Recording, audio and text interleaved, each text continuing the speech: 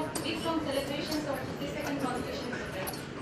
As part of the Convocation Program, every year, we have the prestigious Lal Bahadur Shastri Memorial Lecture. Today's lecture is 44th in this series. The Lal Bahadur Shastri Memorial Lecture was instituted by Indian Agriculture Service to pay homage to one of the most illustrious sons of India, the late Shri Lal Bahadur Shastri, former Prime Minister of India. During his Prime Ministership, Shastri realized the importance of agriculture in transforming the life of the Constitution program. His famous slogan, Jai Jawan, Jai Kisan, reminds us of his vision about agriculture and its role in mitigating poverty and in inviting the chairman of the commission, Dr. V.H. Chopra, former member of the Planning Commission, Government of India, former Prime Minister of India.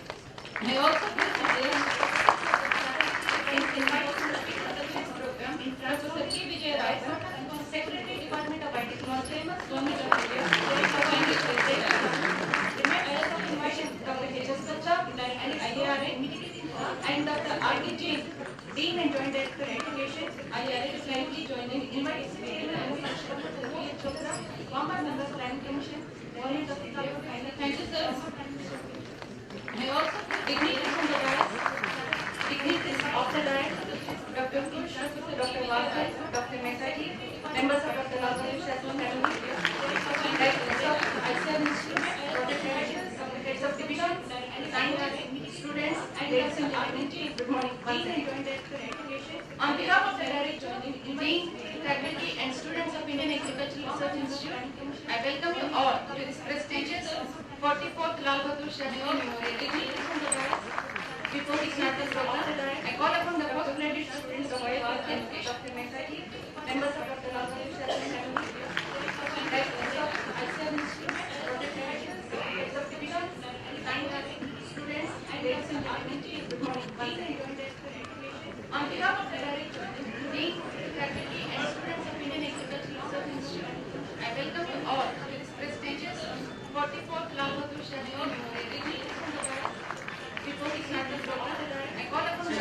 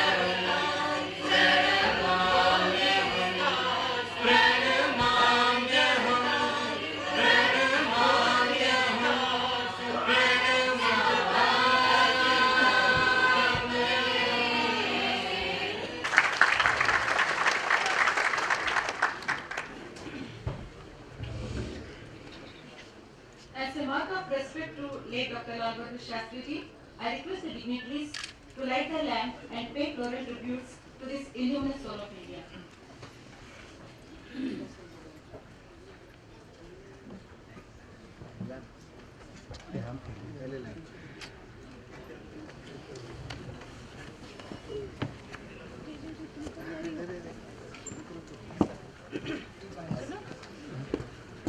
उधर क्यों लेके जा रहे हैं? उसको बोलो इधर लेके।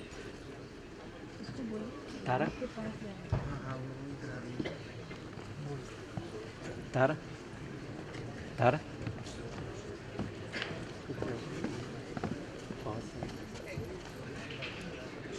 थोड़ा उसके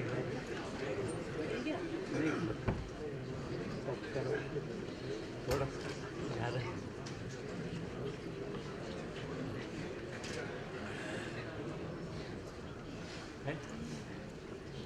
बिना नहीं आ रहे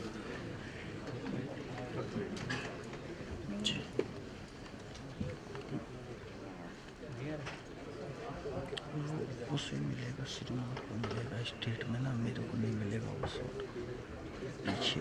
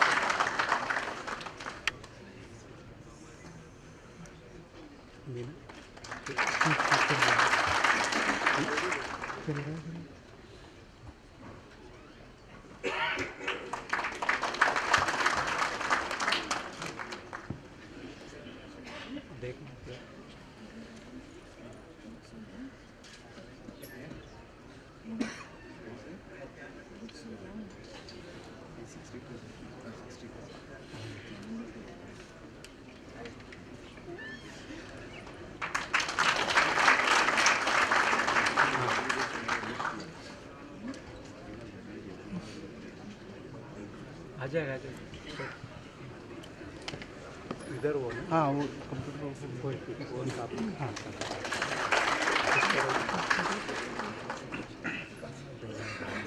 लंच में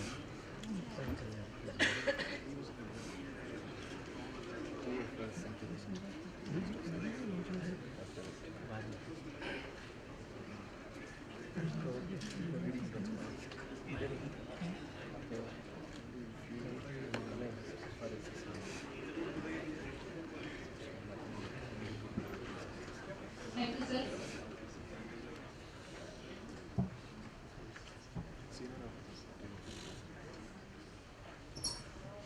I now request our director, Dr. H.S. Gupta, to kindly welcome Professor B.L. Shukla, chairman of today's function, with a bouquet of flowers.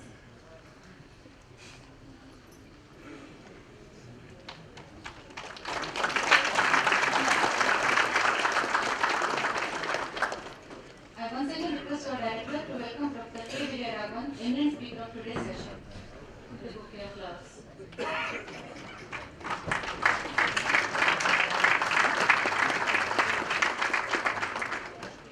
I request Dr. K. Annapurna to welcome Madam Meera Shastri with a bouquet of flowers.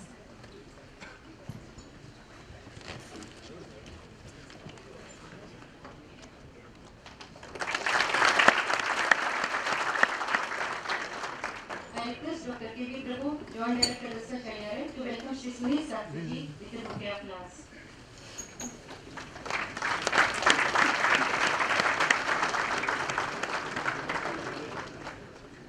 I request Dr. K. Manjaya to welcome Dr. P.K. Vishwas, Director Lal Bahadur Shastri Institute of Management, with a bouquet of flowers.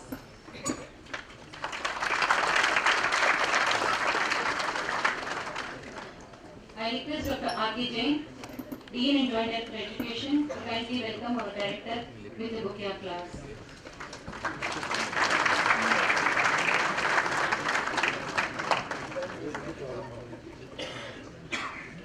Thank you.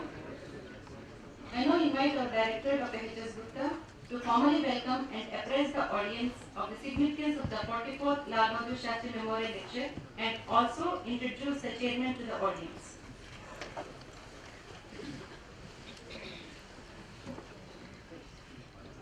Chair of today's function, Professor B. S. Kulkarni, former member Planning Commission, Government of India, the distinguished speaker of 44th Lal Bahadur Shastri Memorial Lecture, Professor K. V. Raman, Secretary, Department of Biotechnology, Government of India, Mrs.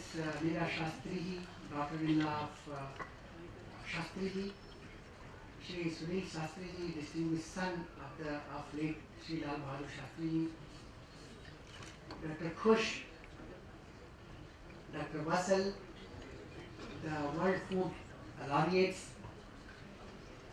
Dr. P. K. Viswas, Director Lal Bahadur Shastri Institute of Management, representing Anil Shastri ji, members of the Board of Management and Academic Council of this institute, senior officers from ICAR headquarters, former directors of IARI, directors of various ICAR institutes located at Pusa campus, Professor R. K. Jain, Dean and Joint Director Education, Joint Directors, Project Directors, Heads of Divisions, Professors of various disciplines, faculty members of the postgraduate school, distinguished guests, representatives from print and electronic media, scientists, staff members, students, ladies and gentlemen. On behalf of the Indian Agricultural Research Institute and on my own behalf, I welcome you to this function. This series of annual lecture was instituted by the Indian Agricultural Research Institute way back in 1968 as a mark of our respect to one of the most illustrious and exemplary son of the son and the second Prime Minister of independent India, late Shri Lal Bahadur Shastri, who died in harness while bargaining for peace and tranquility on the border between India and Pakistan. Shastri ji symbolizes the very simplicity of Indian life in a vast cultural milieu and triumph of a sovereign nation striving to meet the aspirations of its people. He is the epitome of our national pride. Shastri ji invoked the reverential slogan, Jai Jawan, Jai Kisan, in the honor of soldier and in the honor of the farmer, because he realized that both Jawan guarding the frontiers of the country and Kisan in the agricultural field, helping to ensure food security to the countrymen, are fundamental to sustain as an independent sovereign nation. Friends, you all know that the government has been able to enact a law through which they ensure food security to the people who are below poverty line, not only below poverty line, even others. It covers around 70%, 69% precisely of the Indian population.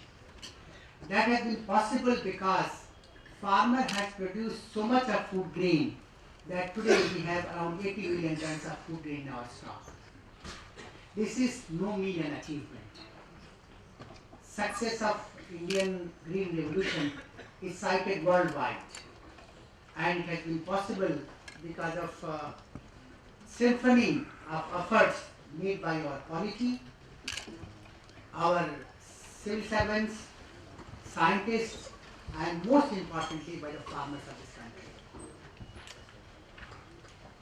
The prestigious Lal Bahadur Shastri Memorial Lecture have been delivered in the past by Dr. G.V.K. Rao, Professor T.D. Lakdawala, Professor C.H. Hanumantrao, Professor M. S. Swaminathan, Shri Jayant Patil, Professor Y.K. Alag, and Dr. B.N. Tiwari. By the way, the first lecture in 1968 was delivered by Dr. Vikram Sarabhai on the topic, How Green is Our Revolution? The other prominent speakers include Dr. B. Shivaram, Dr. Kurian, Dr. Sri V. Sankar, Dr. R.W. Cummings, Professor M.G.K. Menon, Dr. I. Mashelkar, Dr. G. Padmanabhan, Dr. Mantek Singh Ahluwalia, Dr. G. Madhavan Nair, Dr. M.V. Rao, Professor Deepak Pintel, Dr. Mangala Rai, Dr. M.C. Saxena, and last one was Dr. Bhan. These lectures delivered earlier are veritable mine of wisdom and information emanating from some of the best brains of the country and abroad. And it's a proud privilege for IARI that today Dr. Vijay Raghavan joins that league. I shall now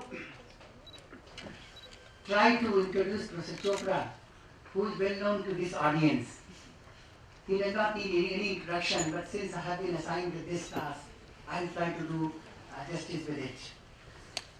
Padma Bhushan Professor Lal Chopra is a distinguished alum of IARI. We really take pride in him. Professor Chopra obtained the associateship of the Indian Agricultural Research Institute way back in 1957 and a doctorate degree from University of Edinburgh in 1967. Professor Chopra is an outstanding researcher, an able administrator, and a distinguished teacher. Professor Chopra has served IARI for more than 4 decades in various capacities.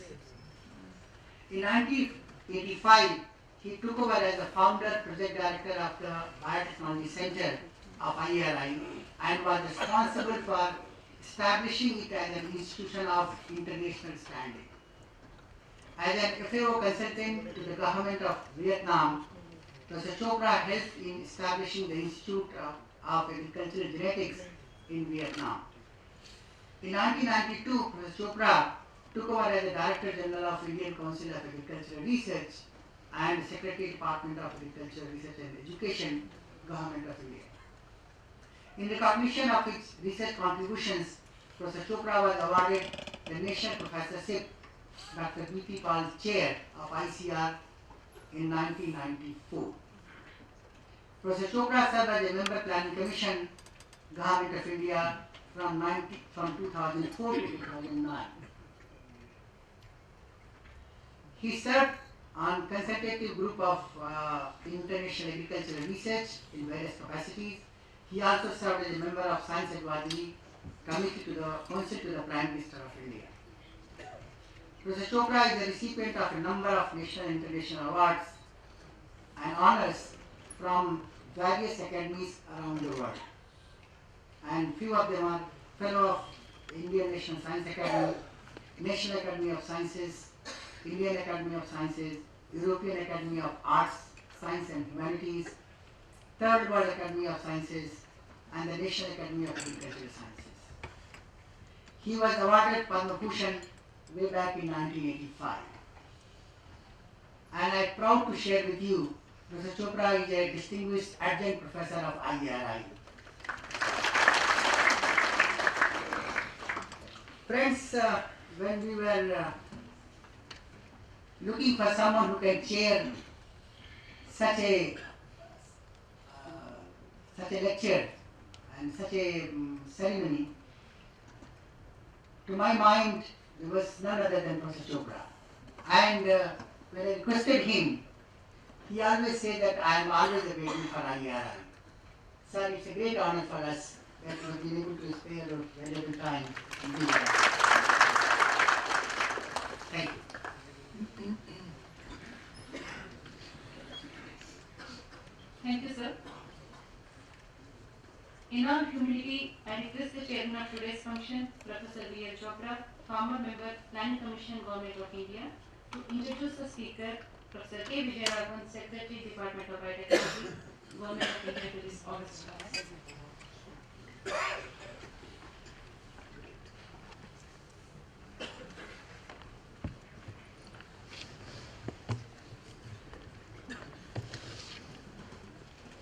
Professor Vijay Raghavan, Dr. Gupta, Dr. Jain, members of the Lal Bahadur Shastri family,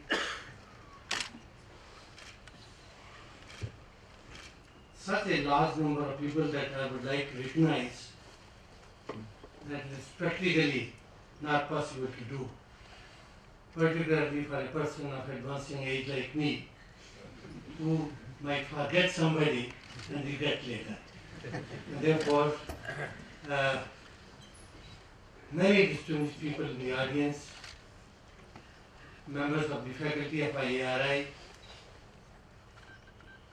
with many of whom have very long and persistent association, students, scholars of IARI,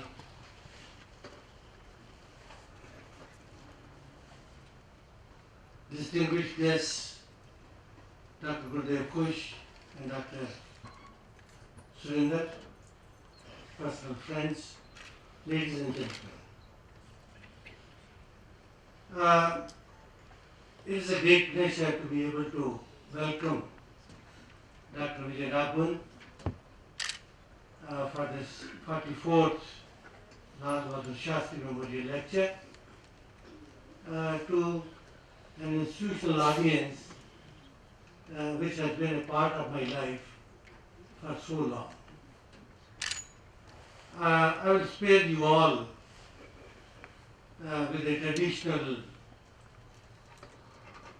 chronology of such a distinguished person as Dr. Vijay Raghavan, and I hope that both Dr. Vijay Raghavan and this distinguished audience will excuse me for doing this.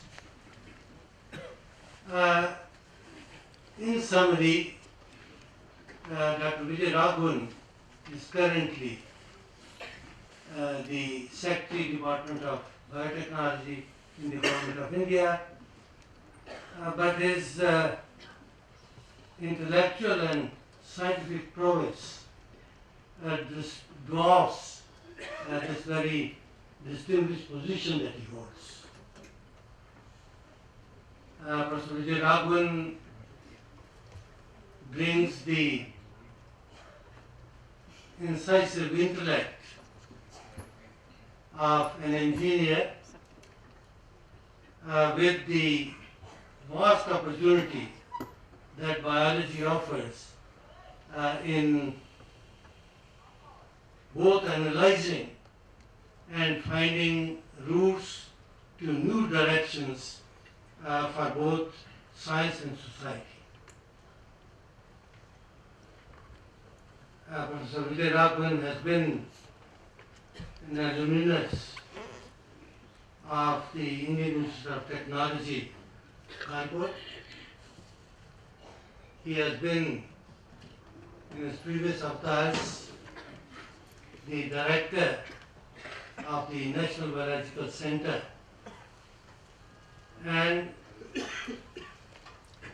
the curator, if I might use the word, of the new Institute for Stem Cell Biology. Professor Vijay Raghavan has such a large number of distinguished honors conferred on him that I will find it difficult to enumerate them all. But I will still pick a couple of them. He has been the Shantiswarup Bhatnagar awardee. He is a fellow of the Royal Society. Besides being a fellow of all academies in the country. Professor Vijay Raghavan has been instrumental in establishing institutions, in developing new areas of relevance both to science and to society.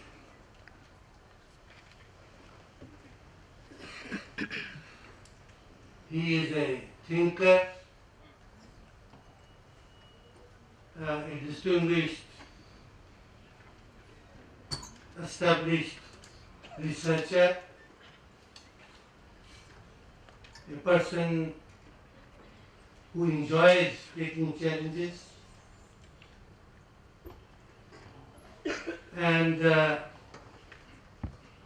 still controls that he doesn't get a swollen head, which is quite rare in people who get to these positions. I would like to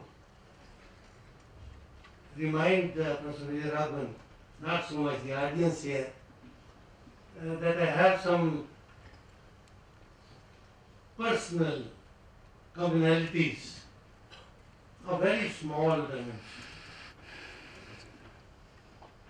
Professor Vijay Raghavan's scientific interest has been for quite some time in developmental biology, and in my earlier life, before the lure of plants sucked me back again, I did work a little bit on developmental biology with the softener. We also have another connection. Dr. Vijay Raghavan has a DSc honoris causa of the Edinburgh University, from which I only have a PhD.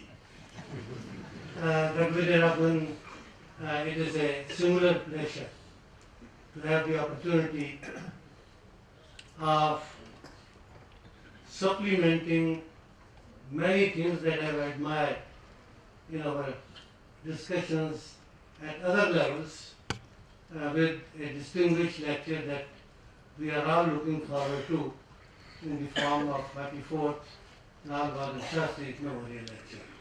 A great pleasure in inviting you to IARI again, because I am an old fixture of IARI. Starting my association with IARI in 1952. And that's more than 60 years out of the undergraduate that this institute has in its background. Most welcome, Professor Vijay Raghavan, and I humbly invite you to the Lord.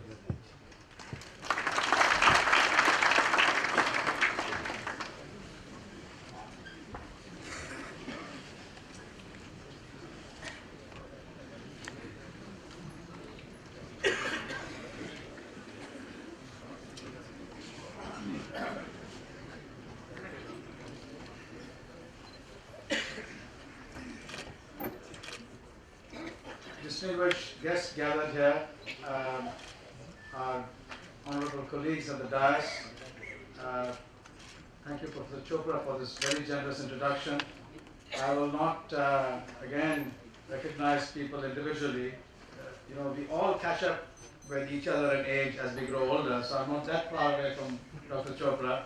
But I think in the interest of time, I will get started with my lecture, so you will kindly allow me to do that. It's a fantastic pleasure to be here for many, many reasons. As a school-going child in New Delhi, I was really inspired by Shri Lal Bahadur Shastri. I remember the time when we were inspired by his slogan, Jai Jawan, Jai Kisan, and the shock with which we heard of his passing away. The IARI again has been an inspirational place because again growing up in Delhi and then in Kanpur, we heard a lot about the wonderful science going here and how it transformed the country. And I have personal heroes here, Dr. Kush, Dr. Chopra, both working nationally and internationally, who inspired us as we went into science. So it's really wonderful to be here. The topic of my lecture today is about a person who headed agricultural research and science in the Soviet Union, Trofim Lysenko, and how his attempts to transform Soviet agriculture and his fierce pursuit of that actually led from interesting science to many mishaps which ruined biology in the Soviet Union, not just agriculture. But interestingly, we need to look at that in the context of today. And these relate to times when science and technology can be socially transformative. Normally, transformations in our society come from changes in economies, in industrial revolutions, in politics, and so on and so forth. And science is thought to be only a bit player. But science can have major roles sometimes. And one of those times was during the Second World War, when these people, they were called false Martians, and they were called Martians because they were extraordinarily brilliant people. They were all from Hungary, from Budapest, who went to America, and people thought that you cannot have so many people coming from one city who are so extraordinary, and they must be from Mars. But these Martians, Edward Teller, Leo Szilard, John von Neumann, John von Karman, and others, they decided during the Second World War that they must persuade Albert Einstein, some of them decided, that they must persuade Albert Einstein to write to the President of the United States that America should make the atomic bomb, otherwise the Nazis would make it. So this was an example of how science greatly influenced politics and the entire world, because America did make the atomic bomb, did use it, and actually that transformed the world. And it's possible, if these scientists had not put pressure on the President of the United States, that America may not have made the atomic bomb, maybe Nazi Germany would have made it, or maybe no one would have, and the world would have been different. After the Second World War, Edward Teller persuaded the President of the United States that America must make the H-bomb, because otherwise the Soviets would make it, and this decision to make the H-bomb started the Cold War and again changed the world. So that sometimes science can have a major influence. This influence can be for the better, sometimes it's for the worse, and sometimes we can't judge because whether it's better or worse. We think it's good, then later on we think it's bad, and again we think it's good, so things change. And these kinds of influences have been dramatic. With the onset of navigation, for example, the world changed, the Industrial Revolution changed the world, the post-war period, science and technology changed the world, and this changes were substantially due to engineering, chemistry, and changes in traditional breeding methods applied with the use of fertilizers, for example, to agriculture in a big way. But now we are in need of a new revolution because the world is transformed, our population, the way we have changed the world through our engineering, means that we need a new revolution, and that revolution is underway, where we need to actually think about ways by which science and technology can be both inclusive and sustainable for the development of a planet. And at the core of this, new science and technologies, there are many new science and technologies available, ways of getting energy and so on, but biology is actually central. And because it is central, because we're talking about life on this planet, and life means biology. And we must see this influence of science and technology in the world in the context of the changing demography of the world.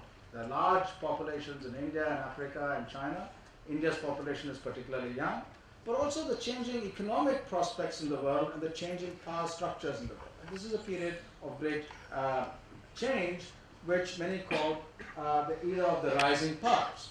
That these new powers, China, India, countries in Latin America, Africa, will change the world. In this situation, in a manner similar to how the atomic bomb changed the world, but in a peaceful manner, life sciences can be a transformative agent. It can actually take a mission to unite the world, because life is common to all of us, diseases know no boundaries, and health is a necessity for everyone. Life sciences can actually be a transformative force. It serves a practical need. It can inculcate an adventure in science. Everyone wants to know how the brain works, how consciousness comes about, how the immune system works, if you convey it well, how to treat disease. So it can inspire people into a common purpose across boundaries. And it serves a major cultural need. Science and life sciences in particular serves a cultural need as much as music, art, languages and so on. And this is something which people understand more in some cultures and less, but its value is very, very important. In this context of science in general being valuable in this manner, biology is unusual because it actually links, strangely, the cultural need, the sense of purpose, and a sense of adventure all in one. So you can study, for example, how children under 5 years of age have stunted growth. And India is a shocking statistic. 47% of Indians under 5 years of age have shown stunted growth, more than in sub-Saharan Africa. And this looks like a very important applied problem, which it is. But while it is an applied problem, it's also a problem in basic biology, in agriculture, and nutrition, and everything else. because biology can actually connect all of life on this planet by common mechanisms, studying anything very applied or very basic can give you answers in unexpected ways. And one of the unexpected ways is actually relevant to this place. Dr. Chopra mentioned that. And this is, for example, this is an illustration of that. This ghastly slide is one of colon cancer. And hereditary colon cancer is caused by a pathway called the Wnt pathway, the WNT pathway shown over here. And the W in that pathway stands for wingless. And wingless was a gene isolated by Sharma and Chopra here at IARI in I think an undergraduate teaching laboratory in the fruit fly Drosophila. Isolating that gene, which was very important for understanding how the wing of a fly develops, right? And this is a wing of a butterfly. And Vladimir Nabokov, for example, said that studying something like the wing of the butterfly is one of the most important things in the world. And it turns out it is one of the most important things in the world because the wingless gene identified in the fly turns out to be extraordinarily important for cancers, right? For these kinds of cancers. So the unification of mechanisms in biology through evolution is something fundamental and to keep in mind. And in a haste to do something which we love to do in basic science, or we want to apply in applied science, one should not compartmentalize. These things are inexorably linked in biology, unlike in other sciences. There is no distinguishing between basic and applied. There is distinguishing between good and bad science. Yeah? So biology is special in that sense. Biology has also the challenge today, and I'll illustrate that, of actually solving many problems because of a dramatic change in our understanding. But this instills a certain sense of caution, right? People say, are we unleashing factors which we cannot control? And caution is important and understanding is important. But we also need courage, because the way we have changed the world, we actually need to solve our problems. We can't just keep talking about it, time is running out. So how do we balance caution and courage? We can't be Hamlets forever discussing what action to do. Right? And we can't rush in where angels fear to tread just because it's something valuable. Science can bear evidence, bring evidence to bear on policy, and that is very, very important to understand, that we must bring evidence. And policies are made in a complex context of what people want, what societies want, religion, geography, and so on and so forth. But science's focus should be to bring evidence on the discussion as opposed to either scaremongering or false promises. In that context, India cannot afford a gridlock of this kind, but it must take very careful evidence-based steps. And India, people say, has had the tradition of showing dramatic potential, right?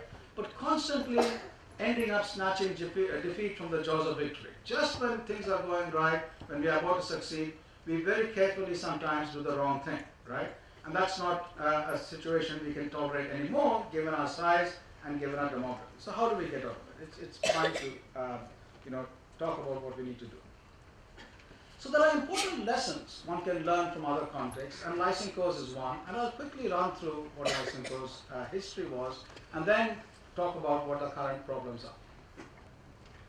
Now Lysenko was that's a photograph of his from the Encyclopedia Britannica, and there's a lot been written about him. He was born in Ukraine, and he died in 1976. He was born in 1898, lived a long life. And the Encyclopedia Britannica quotes him, and this is one kind of a view, others would have another kind of view, that he's a Soviet biologist and agronomist, the controversial dictator of communistic biology during Stalinist regime. He rejected orthodox genetics in favor of Maturinism, named after Ivy Maturin. And this was begun by an uneducated plant breeder fashioning explanations for his hybrid creation. So there were basically hybrid flowers and plants, other plants which were developed, and came up with ideas, and this became dogma in the Soviet Union, and Lysenko took that up. And after Maturin died in 1935, Lysenko led the movement and transformed it into assault on orthodox genetics. And we'll come to why he did that. He graduated and went to became a scientific director in Odessa, Then, he rose in the Soviet hierarchy. The Soviet politicians supported him during the agricultural crisis of the 30s.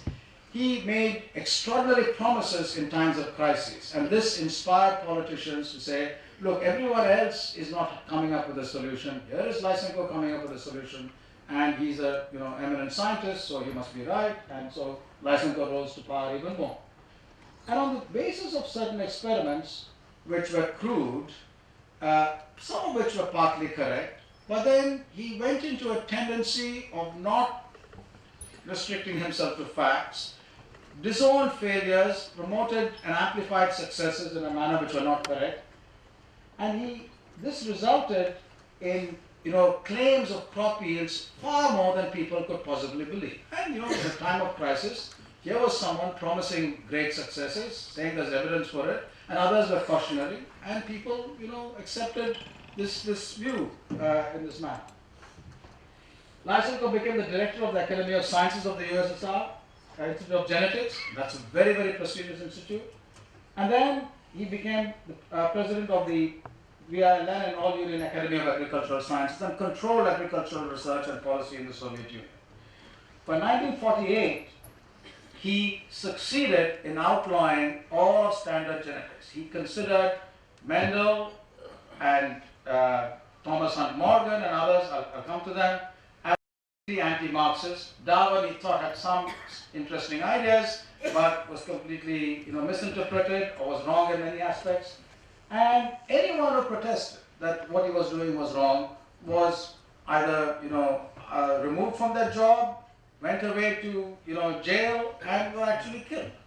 So this was a dramatic personal life which must be seen in the context of the Soviet Union, but had tremendous impact.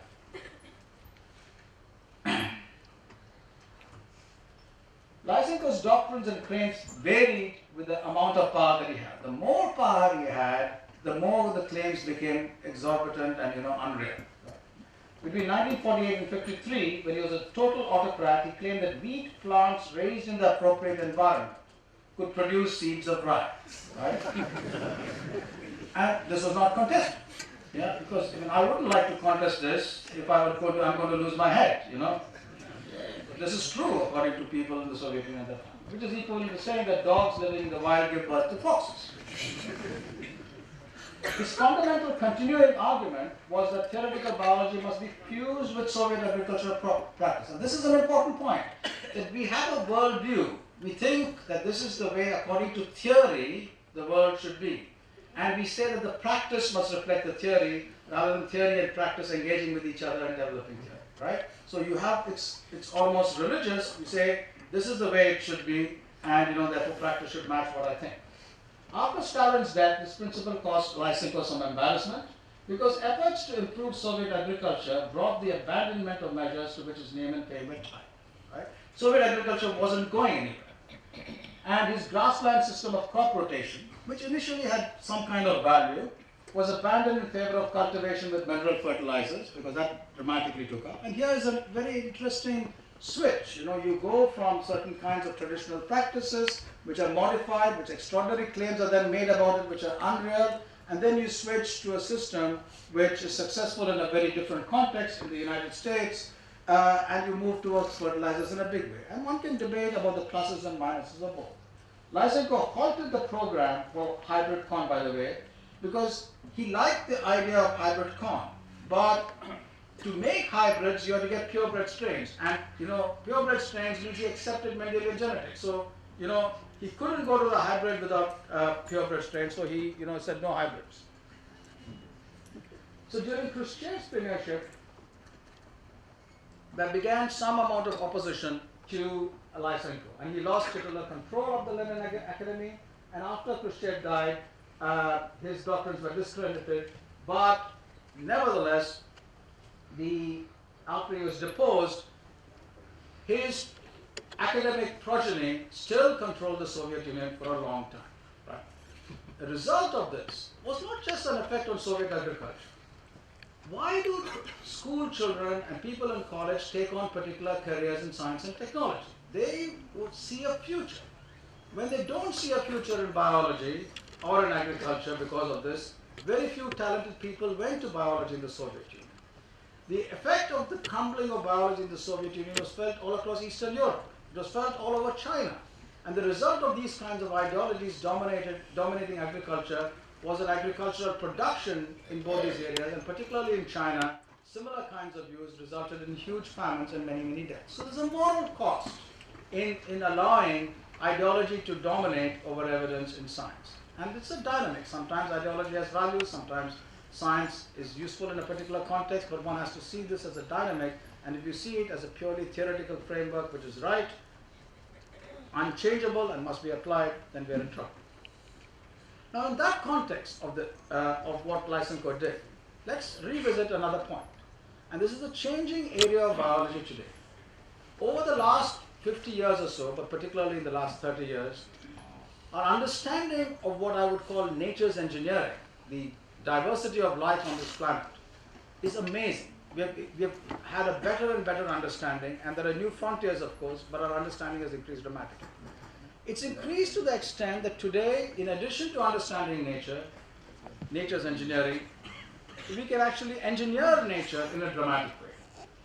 And this has changed very recently from the ability to engineer little bits and pieces to engineer on a large scale. So this brings huge opportunities, huge challenges, and huge ethical questions which we need to address, right?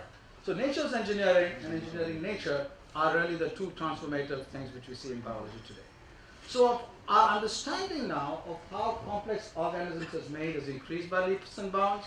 There are huge new frontiers in biology, and our ability to engineer life and create new life is dramatic, as I said.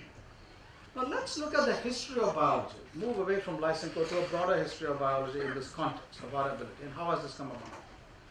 That history also shows, no less, in other contexts, the impact of ideologies among scientists and missed opportunities, right? So science has actually, in hindsight, gone much slower than it could have because of ideological debates and barriers between scientists. What are the questions biologists ask? And we must keep that in mind while addressing this problem of missed opportunities. And biologists pretty much ask three questions. How does something work? How does a heart beat? How does the brain work? And so on and so forth. How is it built? How do you construct a plant? What are the ways by which plants go from seeds to a full plant? Right? How did it get that way? In terms of evolution, that's a question unique to biology. How come on its own, as it were, nature created such complexity and diversity? And that's a question which other engineers don't easily ask. So these are the top three main questions that biologists ask. And as bioengineers, we can ask, how do we fix problems in health and in agriculture and so on and so forth. And that's a new thing which has come about relatively recently.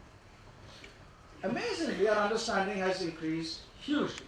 Here is a moth, and it's flapping, it's caught in a high-speed camera, it's drinking sugar from this artificial flower, and our understanding right from the molecular level of how its muscles work, to how its wing beats, how it senses and coordinates, is something which today we know so much more than we knew 30, 40 years ago. So this would have been a huge mystery a short time back, and we seem to have understood a lot, but yet there are huge questions, of course, which constantly remain.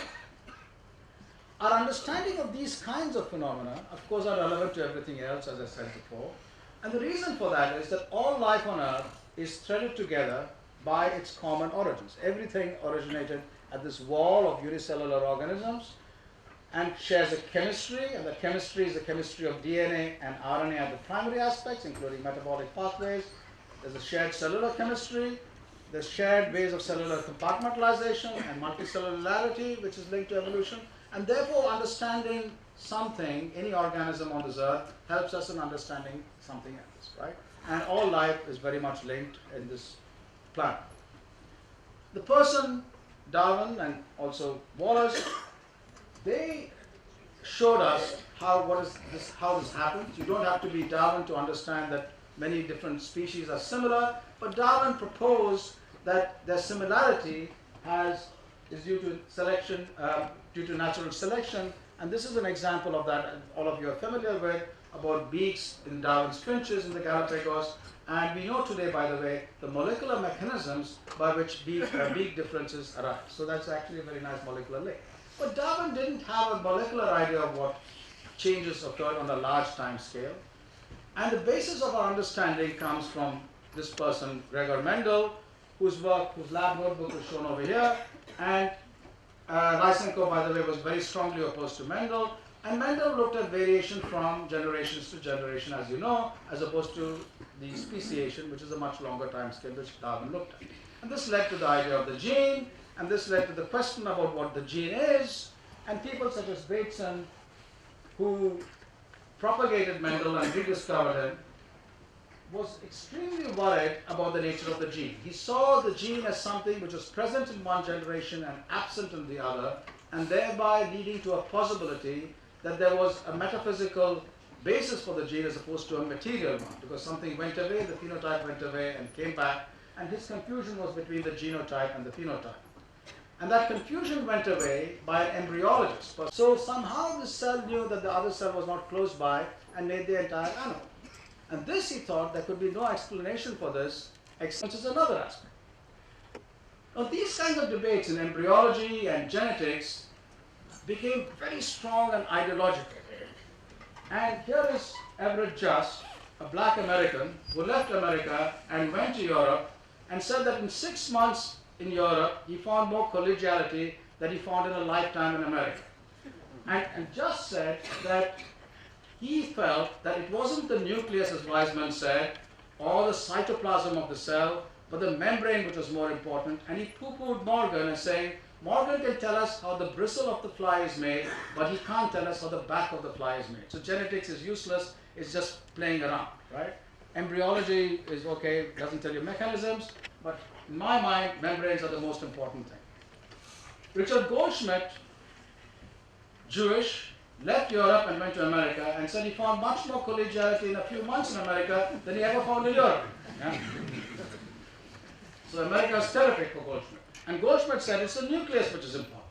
And these kinds of debates went on and on. Now Morgan, who was looking at fruit flies and doing genetics, they never asked how do genes actually make the animal. And that took a time coming.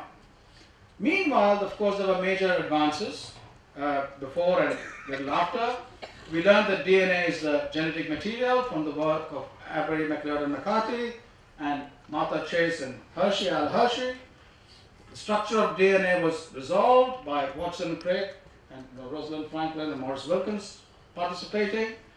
And this led to major advances also in gene biology, but also in nucleic acid structures in biology. And there are many famous Indians also involved in that kind of invention. But this question about how genes make organisms again went through another kind of ideological war. And this happened in Spiemann's laboratory. Hans Spiemann was studying the embryology of salamanders and frogs because the development took place outside the uterus and therefore could be studied very easily. Right? It was really top-class science done in an organism which was very convenient to work with. In his lab came Salome Glubson Welsh, who died, I think, a few years ago, which was over 100 years when she died. Salome Welsh came to work in Spiemann's lab, and Spiemann felt that the role for women in science was principally not there, but if they were to come, there should be technical divisions of the animal are actually segregated by something which is going on. This is a very nice material basis for how egg makes an adult, and this was very useful because till then people thought that there was some mystical, metaphysical way by which complex animals such as us came about. But Hans Driesch turned this idea on its head when he did his experiment. Instead of killing one cell at the 2-cell stage, he took these 2 cells apart in a sea urchin and amazingly found that instead of making half an animal, each cell could make the entire animal. So somehow the cell knew that the other cell was not close by and made the entire animal. And this, he thought, there could be no explanation for this except that there must be some divine intervention, so he left biology and turned to religion. So there's a great danger in doing biology. Now the solution to this conundrum about how animals develop came from the work by Hans Spiemann and Hildemann. And in the interest of time, I'll cut to the movie of this, while I tell you about it. So that's Hans Spielmann and that's Peter Mangold. And what Spielmann and Mangold did was to take cells from a frog embryo in one region and put it in another region and ask what happens. And there are many possibilities. These cells could do what they're doing here, they could do what they're doing there, but what they found was something impressive. And this is an experiment which is repeated by Eddie de Robertis at the University of California, Los Angeles. And he's taken this bit from one embryo and he's putting it now in another frog embryo, and he goes away this small bit of cells of the entire animal. He puts it there, from here to there, at the other end of the hall, and amazingly, instead of just making what it was here, if it made head over here or some structure over here, it actually made an entire two-headed tadpole which was functional. So these small cells over here had the amazing ability to influence its neighborhood to make an axis, an entire axis from head to tail. And when put in a new context, made an entire axis over there. And this is absolutely amazing. These cells then had the power to influence other cells, as opposed to Weismann's idea where cells got their identity from their parents. So parentage is one aspect and influence is another aspect. Now these kinds of debates in embryology and genetics became very strong and ideological. And here is Everett Just, a black American who left America and went to Europe and said that in 6 months in Europe he found more collegiality than he found in a lifetime in America. And Just said that he felt that it wasn't the nucleus, as Weismann said, or the cytoplasm of the cell, but the membrane which was more important. And he poo-pooed Morgan as saying, Morgan can tell us how the bristle of the fly is made, but he can't tell us how the back of the fly is made. So genetics is useless, it's just playing around, right? Embryology is okay, it doesn't tell you mechanisms, but in my mind, membranes are the most important thing. Richard Goldschmidt, Jewish, left Europe and went to America and said he found much more collegiality in a few months in America than he ever found in Europe. Yeah? So America is terrific for Goldschmidt. And Goldschmidt said it's the nucleus which is important. And these kinds of debates went on and on. Now Morgan was looking at fruit flies and mapping, doing genetics, which just regarded as useless, because of his background as an embryologist, broke this barrier when he looked under the microscope, something for which he got the Nobel Prize, just looking under the microscope, and he found that his 4 linkage units matched 4 pairs of chromosomes.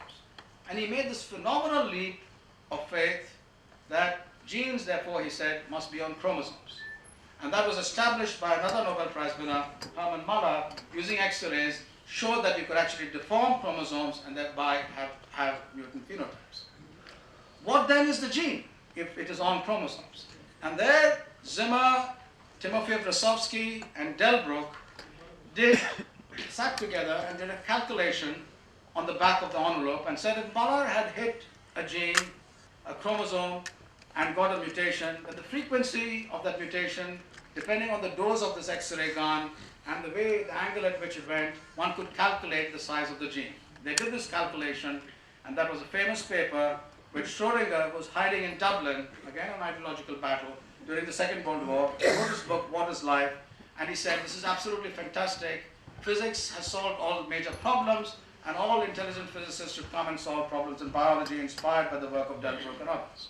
Many years later, Delbruck was asked the meaning of his paper. And this tells us a little bit about how scientists can do something completely wrong and be of value. Delbruck said his entire work can be summarized on this subject, not on other things. His work on this can be summarized very briefly in just one word, and that word is nonsense.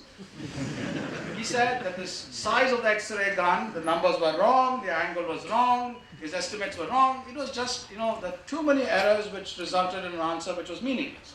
But it had a tremendous impact, that paper. Nevertheless, it inspired people to understand the structure of the gene. One of them was E.B. Lewis, shown over here. Lewis took fruit flies to the atomic bomb sites in New Mexico, got permission from Beadle and Sturtevant persuaded Beadle, and he took these bottles of flies to the atomic bomb sites, irradiated them, came back, and started understanding the mutant phenotypes because they didn't have chemical mutagenesis accessible at those days. And this was an amazing, again, link between politics, the bomb, and everything else. So Lewis studied splitting the gene in one way. Seymour Benzo, who later started working on flies, used viruses, bacteriophages, to study how the gene was split. And these people were using dramatic phenotypes, 4-winged flies, 8-legged flies, and so on, to study the nature of the gene. They never asked a fundamental question: how does the gene make the animal? They used the external phenotype to study the gene. They never asked how do genes actually make the animal, and that took a time coming. Meanwhile, of course, there were major advances before and little after. We learned that DNA is the genetic material from the work of Avery, MacLeod, and McCarthy, and Martha Chase and Hershey, Al Hershey. The structure of DNA was resolved by Watson and Crick, and Rosalind Franklin and Maurice Wilkins participating. And this led to major advances also in gene biology, but also in nucleic acid structures in biology. And there are many famous Indians also involved in that kind of a venture. But this question about how genes make organisms again went through another kind of ideological war. And this happened in Spiemann's laboratory. Hans Spiemann was studying the embryology of salamanders and frogs because the development took place outside the uterus and therefore could be studied very easily. Right? It was really top-class science done in an organism which is very convenient to work with. In his lab came Salome Glubson-Welch, who died, I think, a few years ago, which was over 100 years when she died.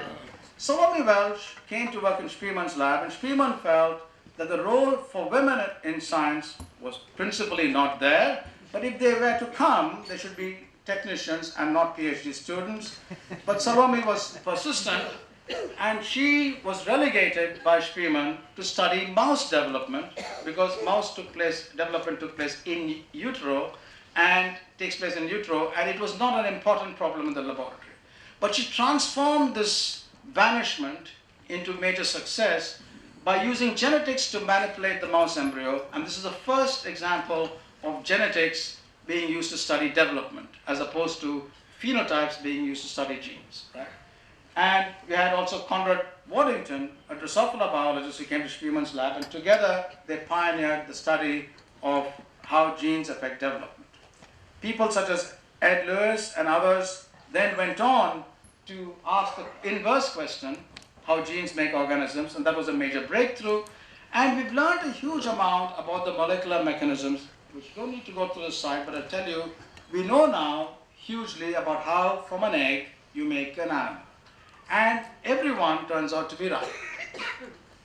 On the left, you have a system by which factors in one mother cell go to one daughter but not the other. So lineage is important in determining how cells choose their identities. Right? So Weizmann was right, and we know what the molecular factors are, the mechanisms are. And this is called the UK model, where lineage determines your fate in life. Very convenient to work. There is other model in his lab, which I told you, which Hans Spiemann did. There are cells here influence their neighbors. The neighborhood is what makes you. Right? And we've identified the molecules which influence the neighborhood. And this model is called the American model, where you live determines your success or your failure. Right? If you live in the White House, your name is likely to be Obama, right? No matter where you came from. And she was relegated by Spiemann. Third model involves a group of cells which are absolutely identical. And we know now that sometimes randomly one cell becomes a big shot and influences all the others, suppresses all the others from success. And that's called the Indian model. By using genetics, I'm just joking, don't take me seriously. I'm a government servant, I'm not allowed to make this kind of jokes. Genetics being used to develop. But this is just for your memory. The point is there are multiple ways, multiple complexities by which you make organisms. And again, fascinatingly, reagents which allow you to look at how organisms are made in an insect tell you that similar reagents are used, that the way in which an insect is made is similar to the way in which rules in which you make a breakthrough are the rules with which you make a mouse, the molecular mechanism. So the toolkit is the same. We know right? How you apply the toolkit and where you apply the toolkit makes difference. And everyone, you can use the same toolkit to make a small Cessna aircraft or a big Boeing. The principles of making these things happen. That was an amazing discovery, which should have been intuited from evolutionary biology, but now it's been proven mechanistically by our understanding of DNA sequences, cell biology, and so on. So genes then, this is called the UK model, where lineage lies in humans. While there are a small number of genes, the regulation is what makes humans different from flies. That's something which influences their neighbors. The neighborhood. Now, our understanding gets better and better, and that's not changed to a very new phenomenon which started about 40, 50 years ago. And that is our ability to actually manipulate genes at individual genetic levels. This was a great revolution in recombinant DNA biology, of course, and all of you use this in great extent. But this is now changing to what is called metabolic engineering or genome engineering. This can be done and influences cellular organisms on a scale, but it will soon be doable in other organisms. And this raises a very important question, far beyond current controversies over whether GM should be used or not. But our current controversies over GM crops relate to one kind of methodology, one kind of context, which one kind of application. But those ethical questions are questions which explore completely, and we need to be prepared for that because they offer tremendous opportunities and solutions to many problems, as also tremendous questions about whether to apply or not. One of the pioneering places in this kind of genome engineering is the Wyss Institute at Harvard University. And what they've been able to do is something interesting, right? Traditionally in the laboratory what we do is we manipulate one gene in bacteria or yeast and you put it back. And then you want to do another manipulation in the same organism, you have to take it and manipulate another. And you can manipulate maybe 2, 3, a dozen genes in a given organism. The Wyss Institute is automated, multiplex automated genomic engineering, which allows you to take a bacterial cell, for example, make a change, take it out, make another change, take it out, make another change, and therefore you can, in very rapid time, you can actually change with this rapid genome sequencing, cycling, the entire genome at will. You can put in a new metabolic pathway or alter another metabolic pathway in very, very short period of time. One of the challenges in this method, which involves recombination and doesn't involve any of the other standard methods which some of the aficionados here know, like the CRISPR and TALEN methods. This just takes an oligo, puts it in a recombination facilitating genetic context and makes these changes. One of the limitations was the speed by which you could synthesize the genome sequencing, the oligonucleotide sequences for replacement.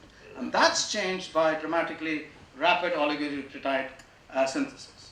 And people at the Wyss Institute and in other places are using this to engineer bacteria to change their properties to allow better energy utilization, nitrogen utilization, and so on and so forth. And whether they'll be successful in this or not in the short term remains to be seen, because cells have a dramatic way of getting back into homeostasis and preventing these kinds of large changes. But there's a tremendous change in methodology going on, and there will soon be, or in fact there already are available methods of genome engineering or genetic engineering which leave no traces that you've actually made any change. So the standard ways of identifying recombinant DNA organisms and so on will change very rapidly.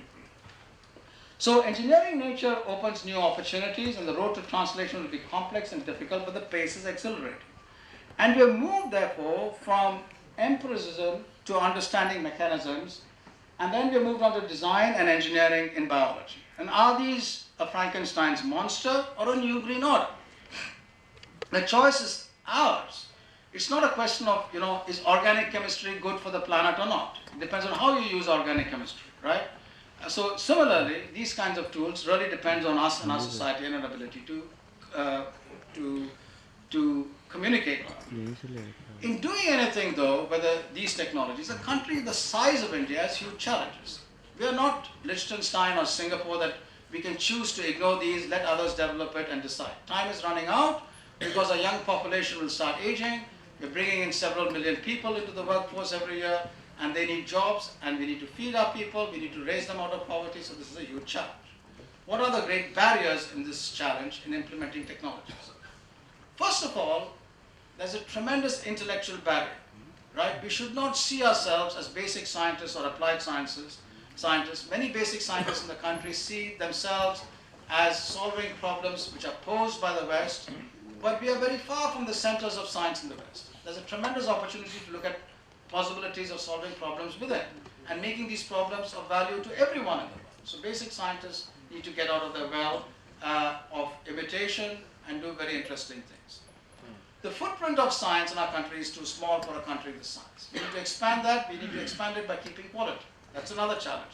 We need to break that barrier. There's a translational barrier. Clinicians, agriculture, and industry are all poorly connected with each other, right? And that is a problem of our infrastructure, our regulatory system, and so on. But these barriers we need to break, and we need to discuss how to break. There are tremendous regulatory problems.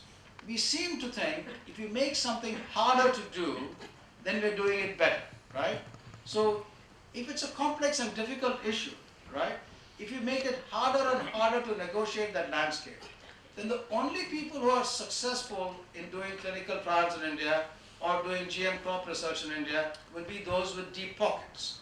Then we will say that, this is science which is done only by those with deep pockets, right? And how do we prevent them from doing this? We will make it even more tough. Then people with deeper pockets will be the only ones who will succeed.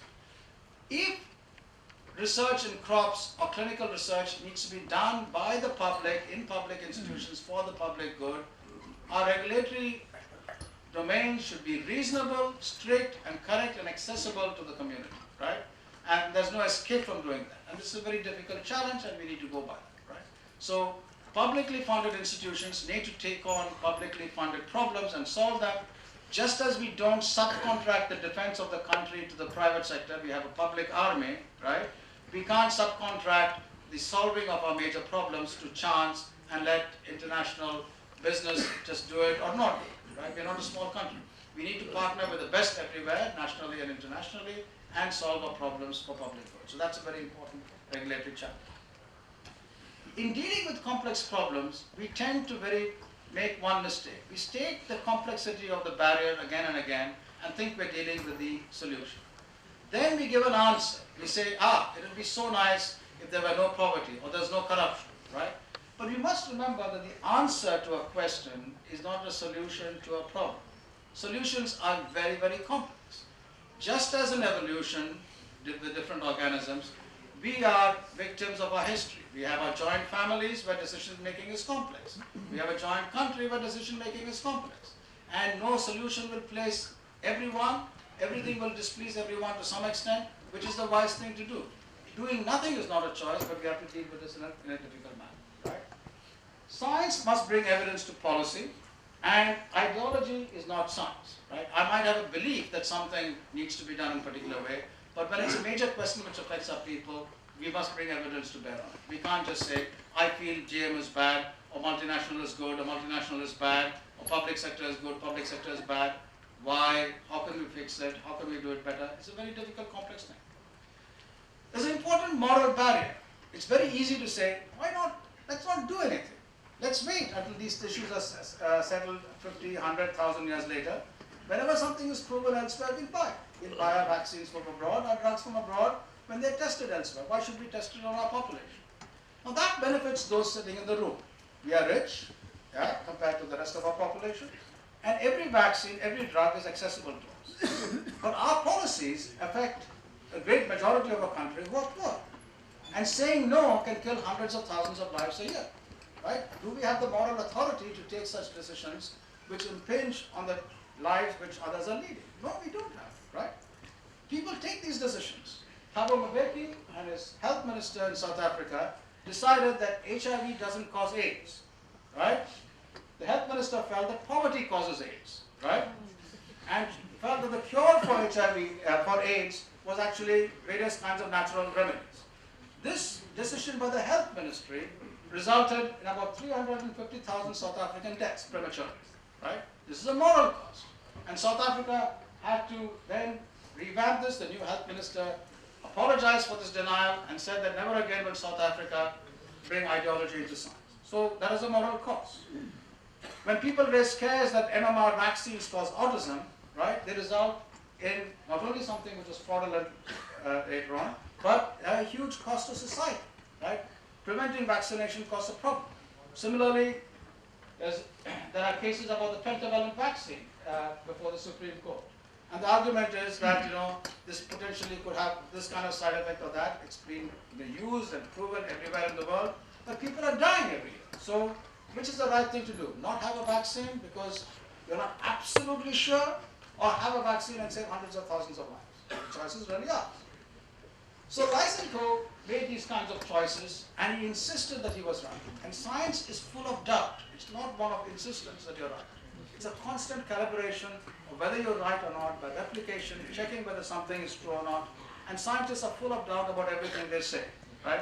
But when you're absolutely sure about something, you're bringing only ideology, that's not science. So this is a time to speak up for evidence, right? And for correct action.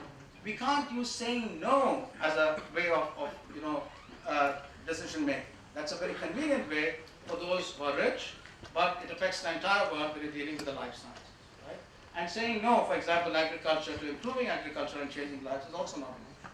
So I'd like to end by saying that each of us in our own spheres must break these barriers, because silence is not the correct thing to do. Debate, discussion, doubt is very important. There are multiple viewpoints in every debate. We must listen to them, but we must take action. Thank you very much.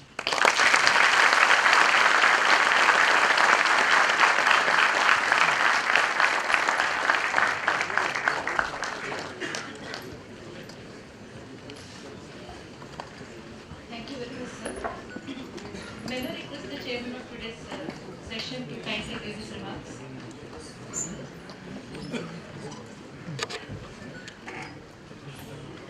So Weizmann was right, and we know what the molecular factors are and the mechanisms are. And this is called the UK model, where lineage determines your fate in life, right? There is the other model, which I told you, which Hans Spearman did, where cells here influence their neighbors. Your neighborhood is what makes you, right? And we've identified the molecules which influence the neighborhood. And this model is called the American model, where you live determines your success or your failure, right? If you live in the White House, your name is likely to be Obama, right? No matter where you came from. So your neighborhood matters. The third model is a group of cells which are absolutely identical. And we know now that sometimes randomly one cell becomes a big shot and influences all the others, suppresses all the others from success. And that is called the Indian model. I'm just joking, don't take me seriously. I'm a government servant, I'm not allowed to make these kind of jokes. Yeah? But anyway, this is just for your memory. But the point is that there are multiple ways, multiple complexities by which you make organisms. And again, fascinatingly, reagents which allow you to look at how organisms are made in an insect tell you that when similar reagents are used, that the way in which an insect is made is similar to the way in which the rules in which you make an insect are the rules with which you make a mouse or a human and so on. So the toolkit is the same, right? How you apply the toolkit and where you apply the toolkit makes differences, right? You can use the same toolkit to make a small Cessna aircraft or a big Boeing, but the principles of making these things are the same. And that is an amazing discovery which should have been intuitive from evolutionary biology, but now has been proven mechanistically by our understanding of DNA sequences, cell biology, and so on. So genes then in yeasts, in worms, in flies, and humans, while there are a small number of genes, their regulation is what makes humans different from flies, and that's something which is phenomenally important.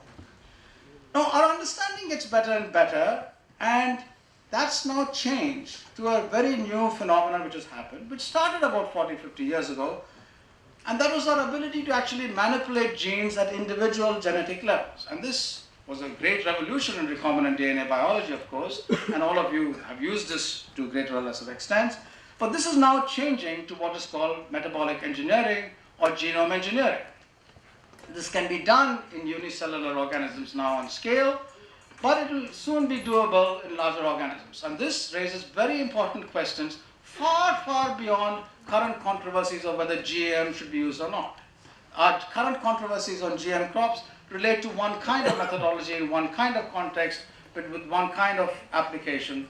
But those ethical questions are going to explode completely, and we need to be prepared for that because they offer tremendous opportunities and solutions to many problems, as also tremendous questions and about whether to apply or not and so on and so forth. One of the pioneering places in this kind of genome engineering is the Wyss Institute at Harvard University, and what they've been able to do is something interesting.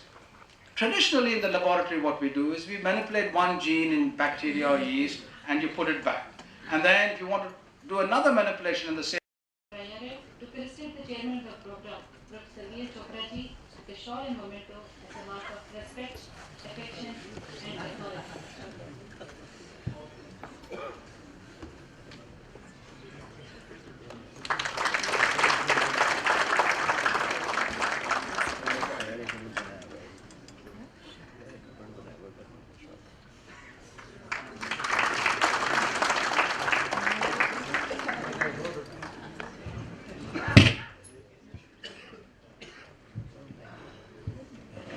Thank you, sir. I request Dr. R.K. Jain, Dean and Joint Director Education, to kindly do the honors of presenting a shawl and memento as a mark of respect, affection, appreciation, and acknowledgement to Professor K. Vijayaraghavan, the very distinguished and eminent speaker of today's program.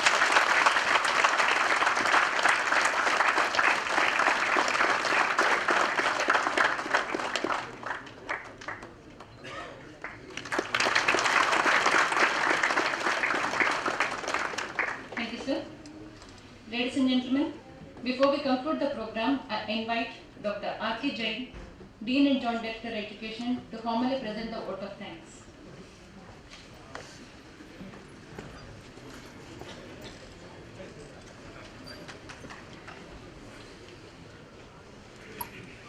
Very good afternoon. Chairperson of today's function, Professor V.L. Chopra, former member Planning Commission, Government of India, Professor Vijayaraghavan, Secretary, Department of Biotechnology, Government of India, and speakers of 44th Lal Bahadur Shastri Memorial Lecture. Members of the family of late Shri Lal Bahadur Shastri ji, World Food Laureates, Dr. P.K. Vishwas, Director, Lal Bahadur Shastri Institute of Management, Honorable Director Dr. Gupta, Vice Chancellor of this DMD University, distinguished dignitaries and invited guests present in the hall, the members of the Board of Management and Academic Council, officials from ICAR, joint directors, project directors, head of divisions, professors and faculty members, and representatives from press and media, my dear distinguished students of this university, ladies and gentlemen, present in BP Paul auditorium and perhaps the equal number sitting outside.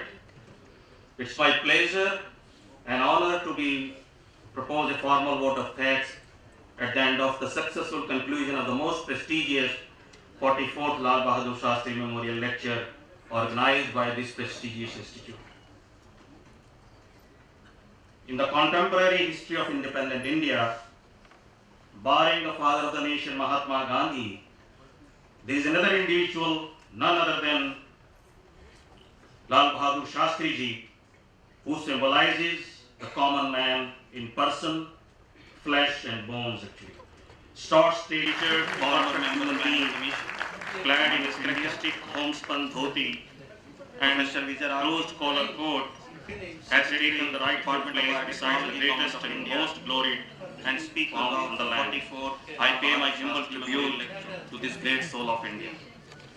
Members of the family, on behalf of the director, faculty, staff and the students, and on my behalf, I would like to thank Dr. Chopra for kindly accepting our invitation. Dr. P.K. Vishwas to chair this important and prestigious management.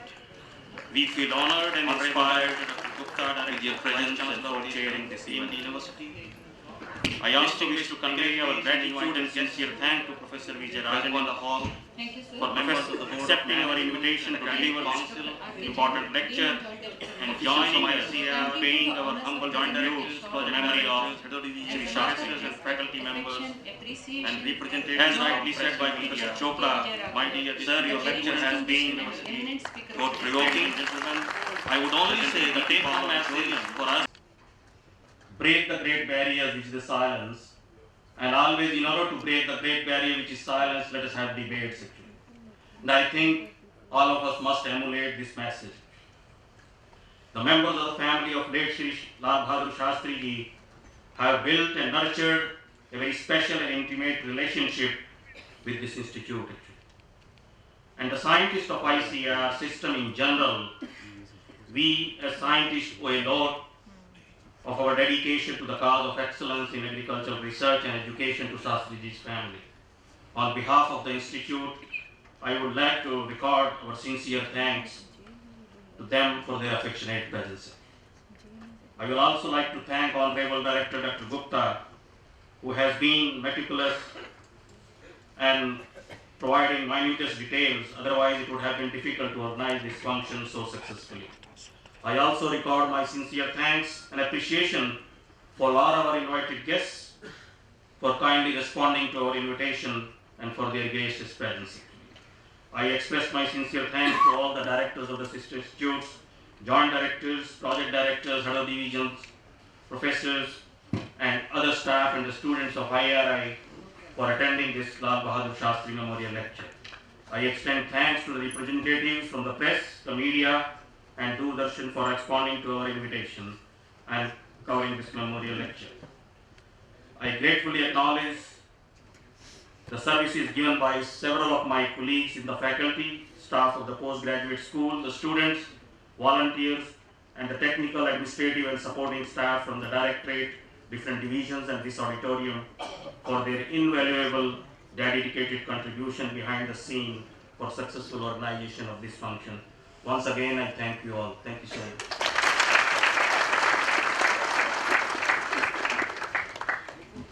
Thank you, sir. This is for the information of the audience that this entire program has been webcasted live. Thank you, and I request all of you to kindly join for a cup of tea.